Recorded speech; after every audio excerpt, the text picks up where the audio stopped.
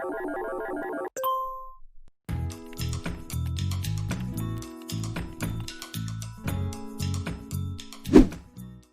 guys, welcome to the BPM ITSA IT Security Advisory FedRAMP series. Myself, Sarah Lynn, and Lauren Bodie, the Director of Compliance and Security Operations here at BPM, have decided that it would be great to just talk about the FedRAMP series just a little bit. So here are 6 or 8 different short topics that we thought might be important to you. Just to start out with, we thought the best topic, which is the most asked question, is how long does this really take, or the timeline. So, you know, if you ask Lauren, she'll tell you I say 4 months to 4 years, but let's make it a little bit more concise for you. So I know everyone's heard about these great giant SSP documents that start the process and get submitted to either the third-party authorizing official, the 3PAL, or to the JAB, or to the ATO. They are giant documents. They're 400 to 600 pages.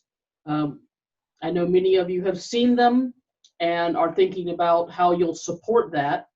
And then Lauren's going to talk a little bit more about the 13 attachments that go with the SSP. So it's not a one and done.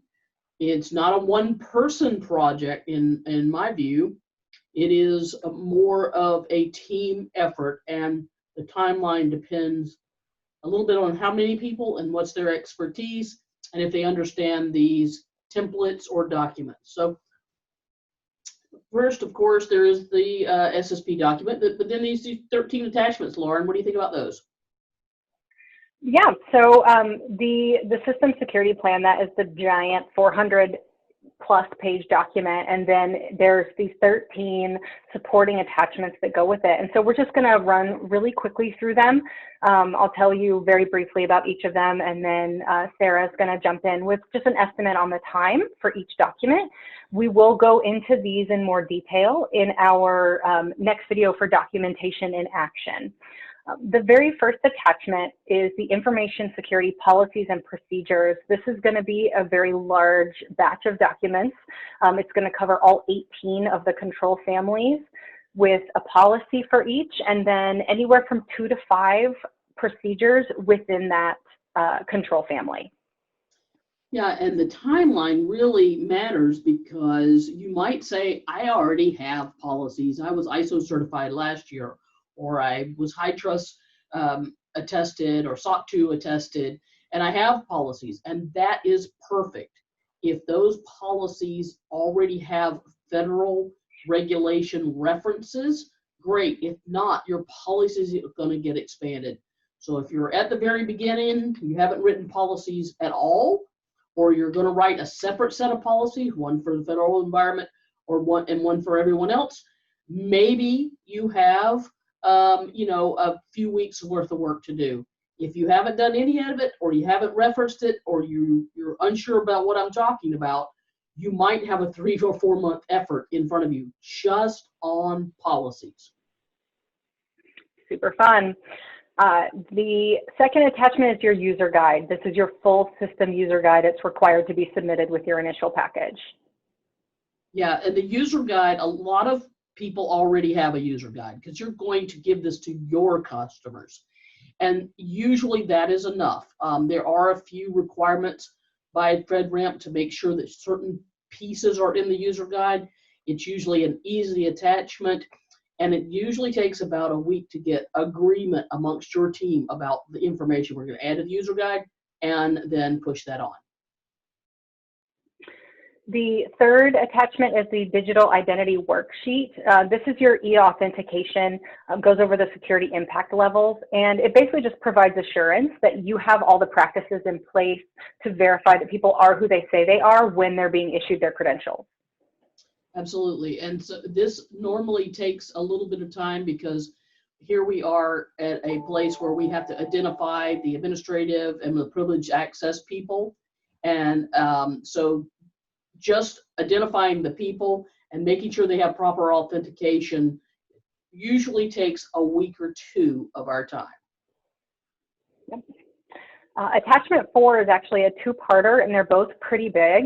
It's the privacy threshold analysis, the PTA, and the privacy impact assessment, the PIA.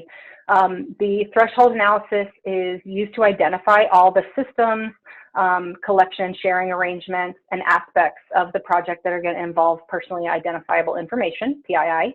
And then the impact assessment is used to ensure compliance with all the legal standards regarding the privacy protections, addressing the risks, the impacts, and identifying any existing privacy controls that your organization might have in place. This one is a little more difficult. It sounds pretty easy. If you've never done a privacy impact analysis before in your organization, it's going to take a couple of months. If you have done it, or if someone in legal or risk or security is already doing these privacy impact analysis and threat analysis and keeping this type of register up, you're just going to put it into the FedRAMP template.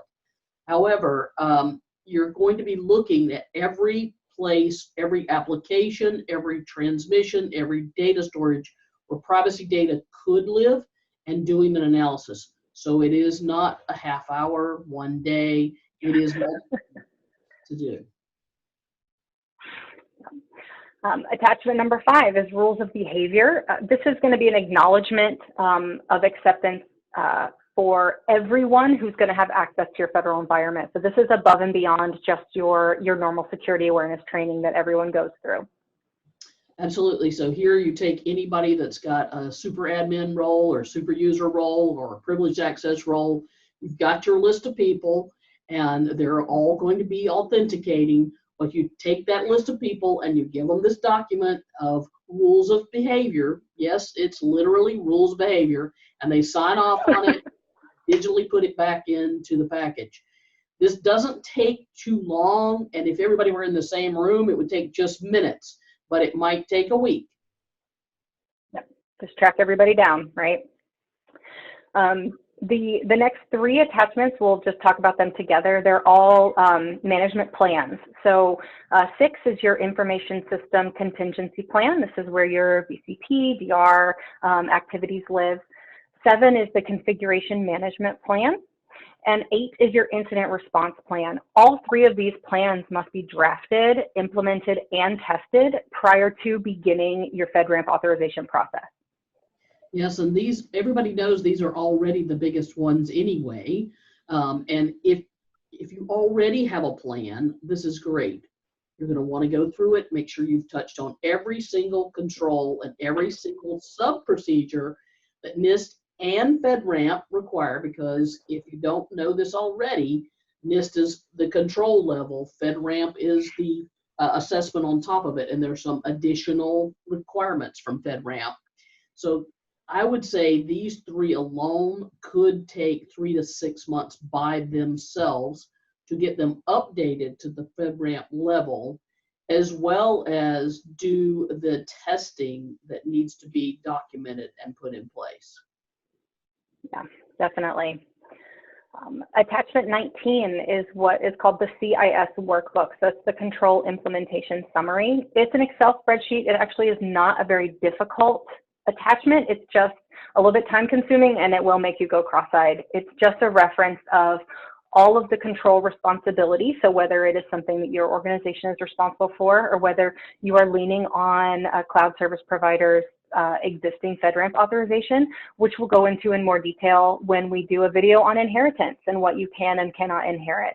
And just a list of whether or not the controls that you have are in place and fully implemented, or if they are in process or planned, or just kind of the current state of things. You do not do this until the very end after your SSP is done.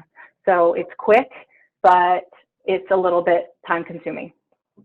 Yeah, it is one of those 1 or 2 day things. It is an effort of cut and paste. However, as Lauren says, it can't really be done until the very end because so many things change. And sometimes those implementation statements and inheritance are a little more hairy, and we have to get through those, and they take longer, and it pushes this document out a little bit further. So. Yep, it's a super fun one. Attachment 10 is the FIPS 199 document, the Federal Information Processing Standard. This is going to ensure that all of your authentication methods, the things that you are using and listed on that digital identity worksheet, RSA tokens, et cetera, are FIPS 199 compliant. Yeah, this one is a little bit difficult sometimes too.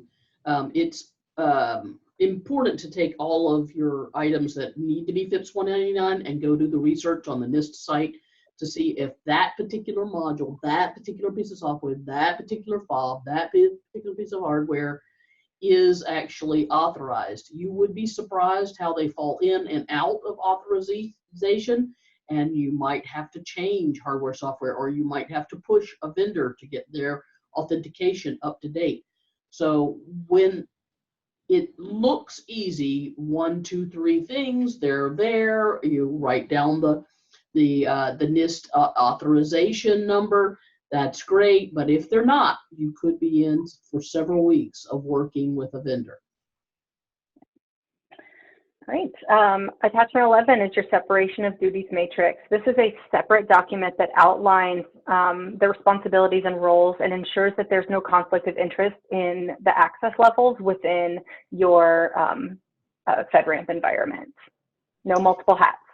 Exactly. And I think that this is something that should be done early and often, because what we find is, especially in organizations that are new to this process or any certification process, that there are people wearing multiple hats. It gives you time to get them out of that multiple hat situation.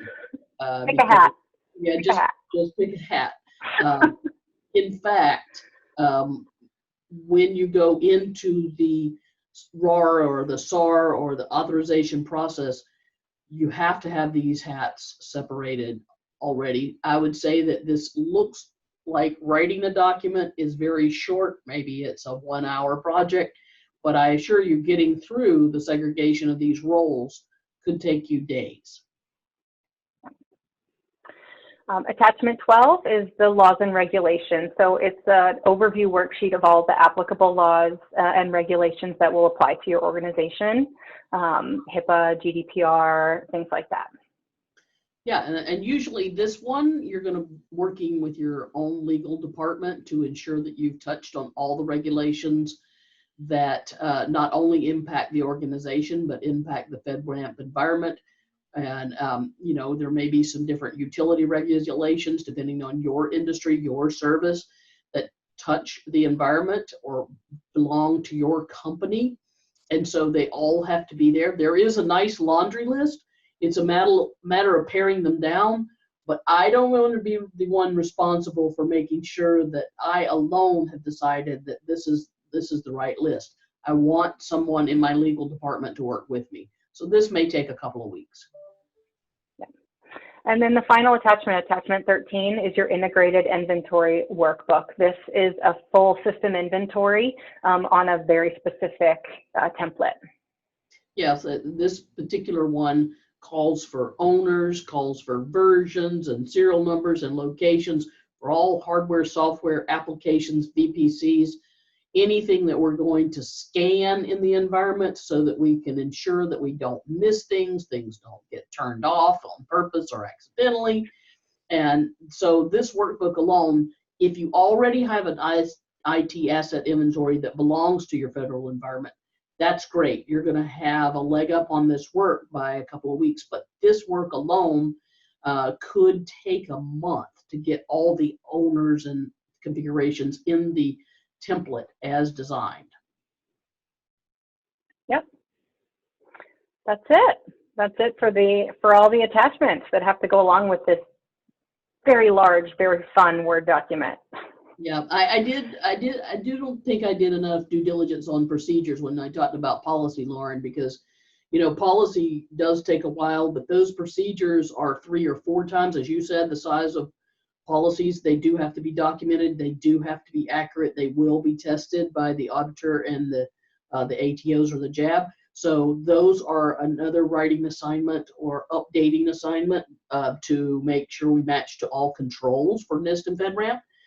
And if you take all of this, if you added up all the time I just talked about and Lauren talked about, I think you would find that it's at a minimum about 9 months to get ready, even if you're ahead of the game.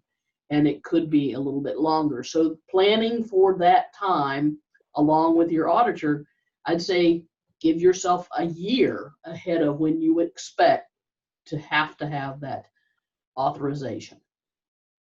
And I look forward to our next subject, which is going to be documentation in action.